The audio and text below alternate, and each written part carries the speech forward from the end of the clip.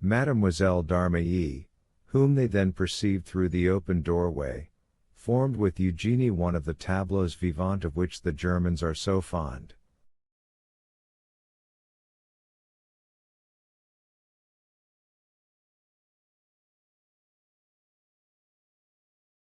She was somewhat beautiful, and exquisitely formed, a little fairy-like figure, with large curls falling on her neck, which was rather too long, as Perugino sometimes makes his virgins, and her eyes dull from fatigue.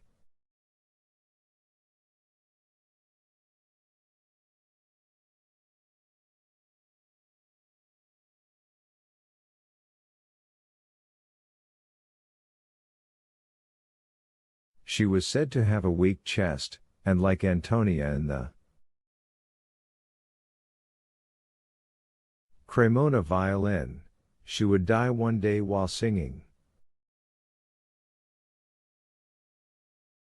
Monte Cristo cast one rapid and curious glance round this sanctum. It was the first time he had ever seen Mademoiselle d'Armailly, of whom he had heard much.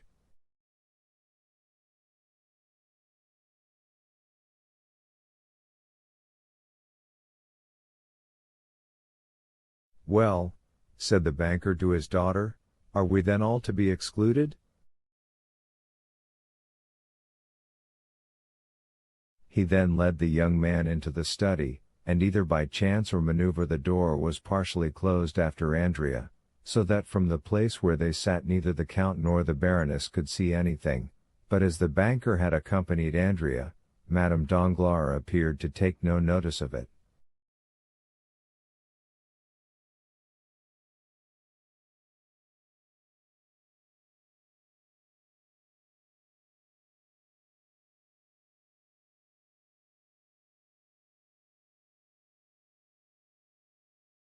The Count soon heard Andrea's voice, singing a Corsican song, accompanied by the piano.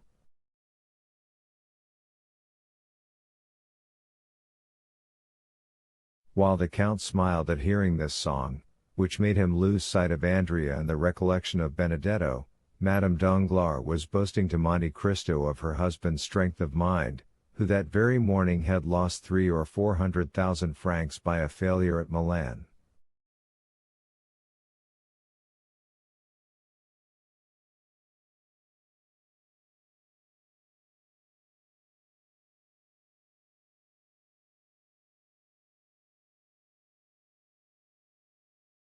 The praise was well deserved, for had not the Count heard it from the Baroness, or by one of those means by which he knew everything, the Baron's countenance would not have led him to suspect it.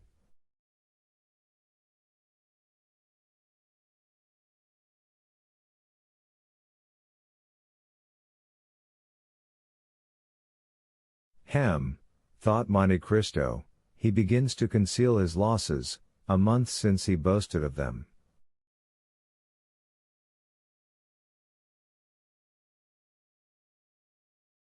Then aloud, "Oh, Madame, M. Danglars is so skillful, he will soon regain at the Bourse what he loses elsewhere."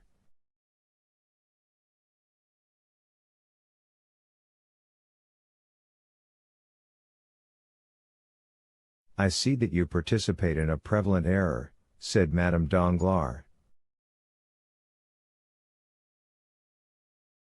"What is it?" said Monte Cristo. "That M. Danglars speculates, whereas he never does."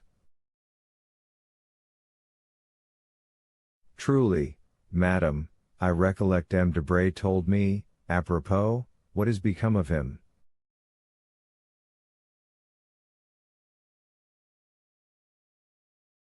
"I have seen nothing of him the last 3 or 4 days." "Nor I," said Madame Danglars. "But you began a sentence, sir, and did not finish."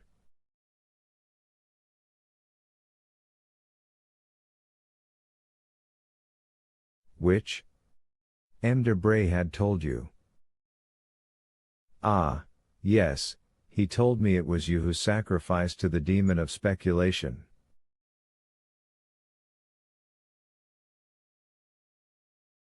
I was once very fond of it, but I do not indulge now. Then you are wrong, madam. Fortune is precarious, and if I were a woman and fate had made me a banker's wife, whatever might be my confidence in my husband's good fortune, still in speculation you know there is great risk. Well, I would secure for myself a fortune independent of him, even if I acquired it by placing my interests in hands unknown to him.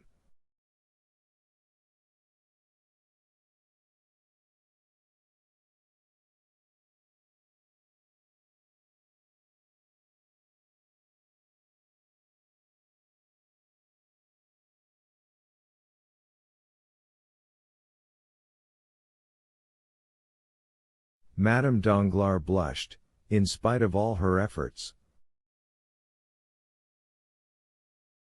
"Stay," said Monte Cristo, as though he had not observed her confusion, "I have heard of a lucky hit that was made yesterday on the Neapolitan bonds."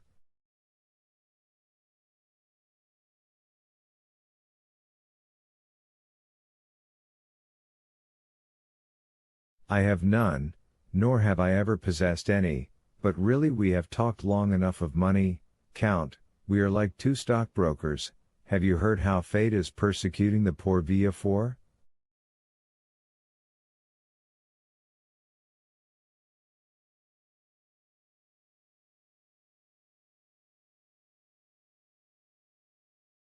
"What has happened?" said the Count, simulating total ignorance. "You know the Marquis of Saint Méran died a few days after he had set out on his journey to Paris, and the Marchioness a few days after her arrival?"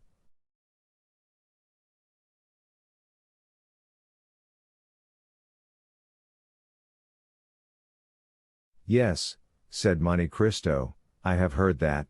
But, as Claudius said to Hamlet, it is a law of nature, their fathers died before them, and they mourned their loss, they will die before their children, who will, in their turn, grieve for them."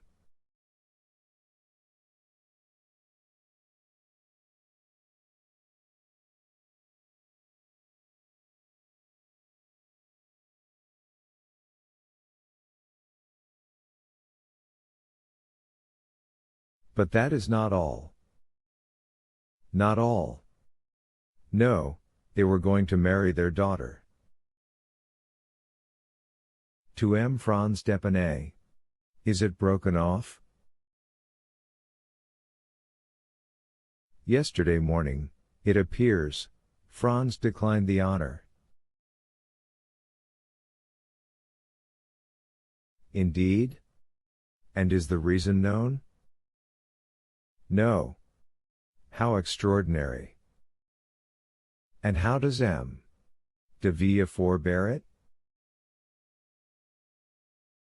As usual. Like a philosopher. Danglars returned at this moment alone. "Well," said the Baroness, "do you leave M. Cavalcanti with your daughter?"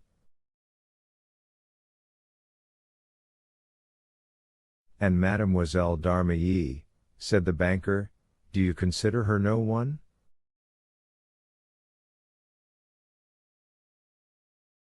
Then, turning to Monte Cristo, he said, "Prince Cavalcanti is a charming young man, is he not?" "But is he really a prince?" "I will not answer for it," said Monte Cristo. "His father was introduced to me as a marquis, so he ought to be a count, but I do not think he has much claim to that title."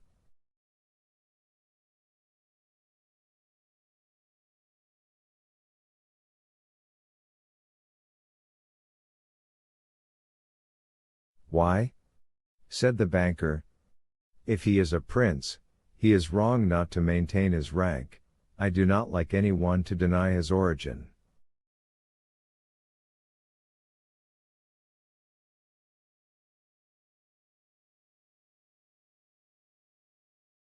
"Oh, You are a thorough democrat, said Monte Cristo, smiling.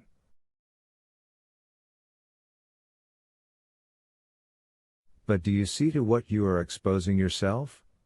Said the Baroness. If, perchance, M. de Mercer came, he would find M. Cavalcanti in that room, where he, the betrothed of Eugenie, has never been admitted.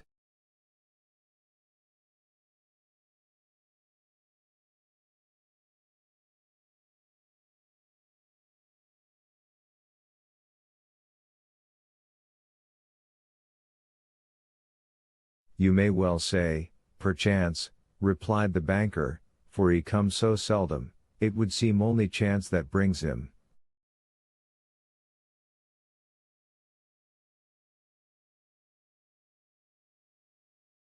But should he come and find that young man with your daughter, he might be displeased.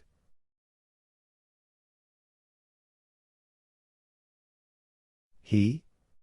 You are mistaken. M. Albert would not do us the honor to be jealous, he does not like Eugenie sufficiently.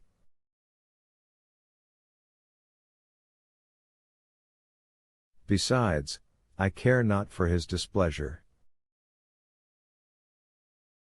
Still, situated as we are. Yes, do you know how we are situated? At his mother's ball he danced once with Eugenie, and M. Cavalcanti 3 times, and he took no notice of it.